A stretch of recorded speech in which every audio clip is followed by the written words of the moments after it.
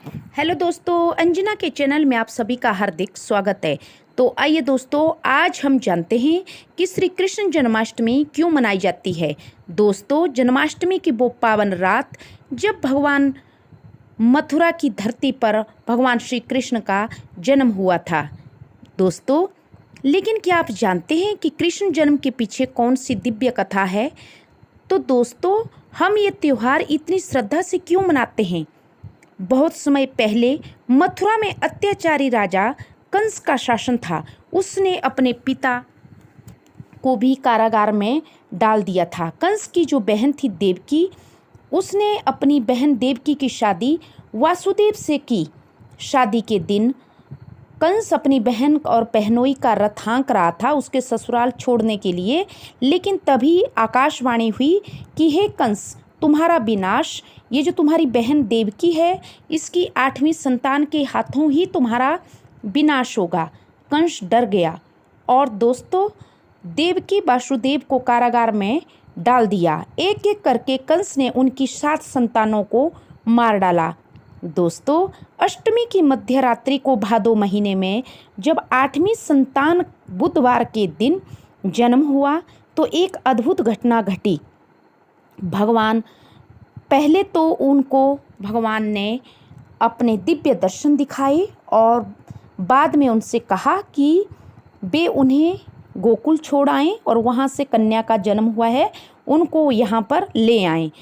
कारागार के ताले अपने आप खुल गए, पहरेदार सो गए और वासुदेव बालक को टोकरी में लेकर यमुना पार करके गोकुल पहुँचे। दोस्तों, वहाँ उन्होंने बालक को नंद यशोदा को सौंप दिया और बदले में उनकी कन्या को लेकर लौट आए। कंस ने जब कन्या को मारना चाहा तो वह देवी योग माया बनकर आकाश में प्रकट हुई और बोली कि हे कंस, तेरा विनाश करने वाला तो जन्म ले चुका है। दोस्तों, कंस ने बारी बारी से सारे गोकुल और मथुरा के बच्चों को जो 1-2 दिन में पैदा हुए थे मरवा दिया। दोस्तों, भगवान श्री कृष्ण का जन्म सिर्फ एक ऐतिहासिक घटना नहीं बल्कि अधर्म पर धर्म की विजय का प्रतीक है। कृष्ण ने आगे चलकर अपने मामा कंस का वध किया और आगे चलकर महाभारत में अर्जुन को भगवत गीता का भी ज्ञान दिया। भगवान श्री कृष्ण ने बुराई का अंत किया और पांडवों को उनका अधिकार दिलाया।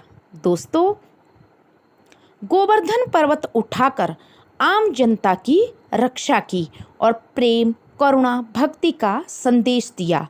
दोस्तों, इसलिए जन्माष्टमी हमें यह भी सिखाती है कि जब भी संसार में अन्याय बढ़ता है तो ईश्वर किसी न किसी रूप में अवतार लेकर सत्य की स्थापना करते हैं। दोस्तों, इस दिन सभी लोग उपवास रखते हैं और मध्य रात्रि को भगवान श्री कृष्ण 12 बजे के समय पे जन्मोत्सव मनाया जाता है। मंदिरों में इस दिन झूले सजाए जाते हैं और बाल कृष्ण को झुलाया जाता है।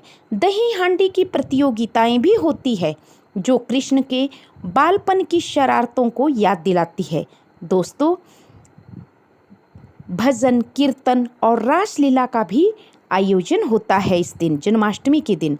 दोस्तों, जन्माष्टमी हमें यह भी याद दिलाती है कि अंधकार चाहे कितना भी गहरा हो, एक किरण हमेशा जन्म लेती है और सब कुछ बदल देती है, क्योंकि कोई भी इस जगत में स्थिर नहीं है। इस जन्माष्टमी हम संकल्प लें कि अपने जीवन से लोभ, अहंकार और क्रोध को दूर करें, क्योंकि दोस्तों, एक दिन सबको उस परम पिता परमात्मा के पास खाली हाथ जाना है। तो लोभ में अपने कर्म ना बिगाड़े और प्रेम, सत्य और करुणा को अपनाएं।